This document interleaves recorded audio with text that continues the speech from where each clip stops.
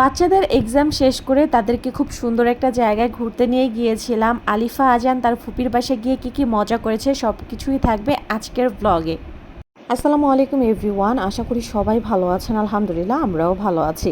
আলিফার যেহেতু এক্সাম চলছে, তো এক্সাম শেষ করে আমরা সবাই মিলে চলে গেছি নাস্তা খাওয়ার জন্য। একটু ঘোরাঘুরি করেছি, কোথায় গিয়েছি আর আলিফার ফুপির বাসায়ও গিয়েছিলাম আমরা। তো সব কিছুই থাকবে আজকের এই ব্লগে। ব্লগটা না টেনে দেখবেন, আশা করি ভালো লাগবে।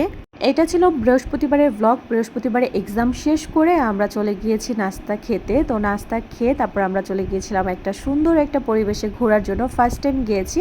যাই হোক, এখানে আমি চা নিয়ে বসেছি। চাটা এত বেশি মজা ছিল। যারা নিয়মিত আমাদের ব্লগ দেখেন তারা জানেন আমরা মাঝে মধ্যে ফ্রেন্ডরা মিলে আমরা নাস্তা খেতে চলে আসি। আমাদের স্কুলের পাশেই নাস্তার একটা জায়গা আছে, সেখানে আমরা নাস্তা করি। তারপরে এই তো এখানে আমাদের নতুন অতিথি চলে আসছে, মানে আমাদের ছোট্ট বাবু চলে আসছে, আমার ফ্রেন্ডের বেবি, ছোট বেবিটা।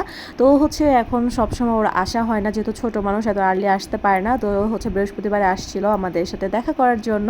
তো যাই হোক, এখন আমরা এখান থেকে চলে যাবো এই তো সুন্দর একটা জায়গায়। আর বাচ্চারা তো জুস পেয়ে অনেক বেশি খুশি হয়েছে, তারা অনেক এনজয় করেছে। সবাই কিন্তু মাশাআল্লাহ বলবেন বাচ্চাদের জন্য, সবাই দোয়া করবেন ওদের পরীক্ষাটা যেন ভালো হয়, ভালো একটা রেজাল্ট করতে পারে।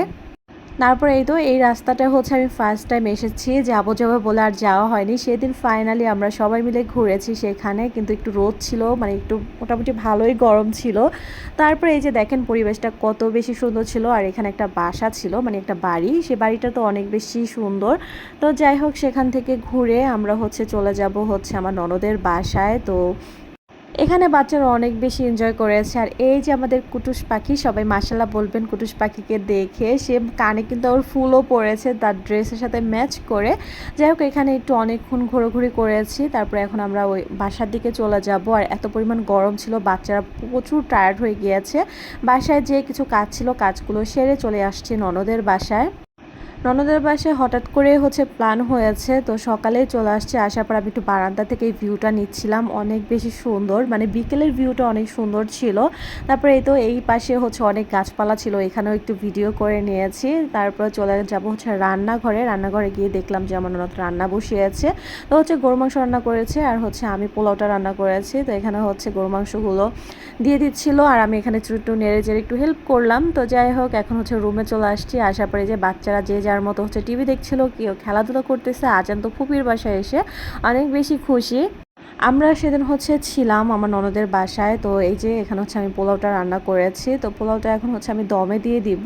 তো আমি কোনোটাই ফুল রেসিপি আপনাদের সাথে শেয়ার করতে পারিনি, ভিডিওটা বড় হয়ে যাবে। তারপরে আমি গোসল করে এসেছি। আর এই যে আমাদের ছোট্ট মামনি, আমার ননদের ছোট মেয়ে, সে আমার সাথে ভিডিও করবে। সে লিপস্টিক দিয়েছে আমার মতো, মানে সেম সেম কালার আমার সাথে দিয়ে এখন আমার সাথে ভিডিও করবে। তো যাই হোক, সবাই কিন্তু মাশাআল্লাহ বলবেন অবশ্যই। তারপরে বিকেলের এই ভিউটা দেখাচ্ছি আপনাদের সাথে শেয়ার করলাম। দেখেন কত বেশি সুন্দর দেখাচ্ছে। সন্ধ্যা থেকে পরোটা বানানো হয়েছিল, পরোটাগুলো ভেজে নিচ্ছিলাম। গরুর মাংস যেহেতু রান্না করা হয়েছে, সেটা দিয়ে সন্ধ্যার নাস্তা শেষ করেছে সবাই। ভেবেছিলাম সন্ধ্যা নাস্তা শেষ করে বাসায় চলে যাব, কিন্তু আমার ননদের হাজব্যান্ড, তো ওরা কেউই আমাদেরকে বাসায় যেতে দেয়নি। তাই ওদের বাসায় ছিলাম আমরা রাতে। তো সকাল থেকে ব্লগটা আমি আবার ছোট্ট করে শেয়ার করব আপনাদের সাথে। সকালে ঘুম থেকে উঠে আমি সোজা চলে গিয়েছিলাম বারান্দায়। বারান্দা থেকে চলে আসছি রান্নাঘরে।